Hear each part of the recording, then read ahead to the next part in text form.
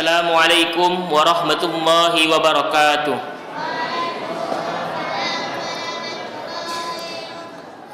Alhamdulillahi rabbil alamin. Assalatu wassalamu ala ashrafil anbiya'i wal mursalin wa ala alihi wa ashabihi ajma'in. Amma ba'd.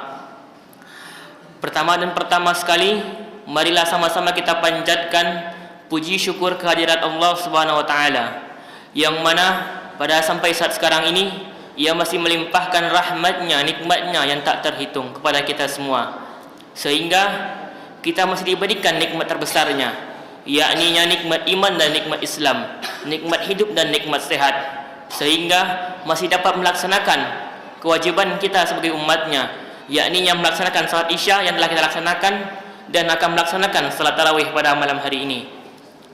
Salawat beriringkan dengan salam, tidak lupa pula kita bersalawat kepada baginda Nabi Muhammad sallallahu alaihi wasallam dengan mengucapkan Allahumma shalli ala Muhammad wa ala ali Muhammad. Pengurus masjid yang beserta jajarannya yang saya hormati, ustaz yang akan menceramah pada malam hari ini yang saya hormati, dan bapak-bapak dan ibu-ibu jemaah sidang ceramah tarawih yang dirahmati oleh Allah Subhanahu wa taala. Sebelum memasuki kultum singkat saya, izinkanlah saya memperkenalkan diri. Nama saya Muhammad Dafananda Putra. Saya berasal dari perguruan Tawalib Padang Panjang. Baiklah, tanpa memperpanjangkan kata-kata muqaddimah, langsung saja ke judul kultum singkat saya yang berjudul Perjalanan Menuju Kampung Akhirat. Hadirin yang dirahmati oleh Allah Subhanahu wa taala. Hidup dunia ini seringkalilah terjadi perpindahan, baik itu dari satu tempat ke tempat yang lainnya. Setiap melakukan perjalanan, bagi manusia pasti ada rasa ingin kembali ke tempat asalnya, baik itu untuk bertemu dengan istri, keluarga, saudara, orang tua dan sebagainya. Namun, pernahkah terpikir oleh kita sebuah perjalanan yang tidak akan kembali lagi ke dunia ini, perjalanan yang tidak akan ditemani oleh siapapun, perjalanan yang sangat panjang dan tidak akan mungkin bertemu kembali. Dan perjalanan itu adalah sebuah kematian, dan itu merupakan sebuah kepastian. Allah SWT telah berfirman, A'udzubillahi minasyaitonirrajim, Bismillahirrahmanirrahim, Kullu nafsin dha'iqatul maut, Summa ilaina turja'un. Sebagaimana artinya, setiap yang bernyawa akan merasakan kematian, kemudian kepada kami dikembalikan. Pada ayat tersebut telah jelaskan, yang bernyawa, baik itu manusia, binatang, tumbuhan, jin, setan dan sebagainya, akan merasakan yang nama kematian. Kemudian kepada Allah lah tempat segalanya dikembali. Semua makhluk itu fana, kecuali zat yang maha kekal dan esa, yaitu Allah Subhanahu wa taala. Allah berfirman, kullu man 'alaiha fan, dan segala sesuatu yang ada di bumi ini akan binasa. Lalu dilanjutkan ayat sesudahnya, wa yabqa wajhu rabbika dzul jalali wal ikram, dan tetap kekal zat Rabbmu yang memiliki kebesaran dan kemuliaan. Quran surah Ar-Rahman ayat 26-27. Saat melakukan perjalanan tersebut akan ada dua jenis manusia, yaitu manusia yang beruntung dan manusia yang merugi. Manusia yang beruntung berarti selama di dunia ia telah melakukan segala amal-amal kebaikan, melaksanakan segala perintah Allah dan meninggalkan larangan-larangannya. Yang kedua adalah manusia yang merugi. Selama di dunia ia disibukkan oleh dunia, lupa dengan kewajibannya sebagai hamba Allah Subhanahu wa taala.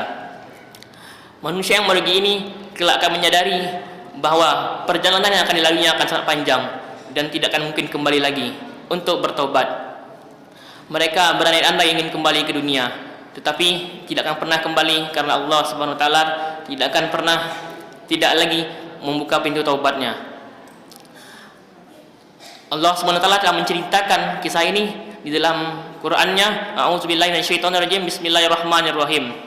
Hatta idza jaa ahadumul mauta qala rabbirji'un. Sebagaimana artinya, hingga telah datang kepada mereka salah seorang dari mereka, dia berkata, wahai Tuhan kami, kembalikanlah kami ke dunia. Ayat tersebut menjelaskan bahwa ini adalah penyesalan seorang yang pada di dunia tidak hanya disibukkan oleh dunia. Ia ingin kembali ke dunia untuk beribadah kepada Allah Subhanahu wa taala. Apakah diterima oleh Allah Subhanahu wa taala? Tentu saja tidak. Sebab segala pintu taubat telah ditutup. Dan pada hari itu hanyalah pembalasan, bukan penerimaan taubat. Maka dari itu, sebelum tiba kejadian tersebut pada diri kita semua, persiapkanlah segala amal yang kita butuhkan. Carilah petunjuk, dan petunjuk itu sudah kita ketahui semuanya, yakni kitab suci Al-Quran sebagai hudal linnas wa bayyinatin minal huda wal furqan, sebagai petunjuk dan penjelas pembeda antara yang hak dan yang batil, dan serta melakukan amal-amal kebaikan untuk memperoleh pahala dan mencari ridha di sisi Allah. Dan Nabi SAW telah bersabda akan ada 3 amal yang tidak akan terputus. Yang pertama, sedekah jariah, ilmu yang bermanfaat, dan doa anak soleh yang mendoakan baginya. Hadis riwayat Muslim. Dapat diambil kesimpulan pada malam kali ini, persiapkanlah seluruh amal-amal kebaikan kita agar kelak di akhirat kita tidak akan menjadi orang yang menyesal dan merugi yang hanya dapat meratapi nasib kita selama di dunia ini. Semoga pada bulan Ramadan kali ini dapatlah kita melakukan segala amal-amal kebaikan, dosa-dosa kita diampuskan oleh Allah Subhanahu wa taala. Amin amin ya rabbal alamin. Mungkin pada malam hari ini hanya ini yang dapat saya sampaikan. Mohon maaf apabila ada banyak kesalahan, itu datangnya dari saya sendiri. Jika ada benarnya, itu datang dari Allah Subhanahu wa taala.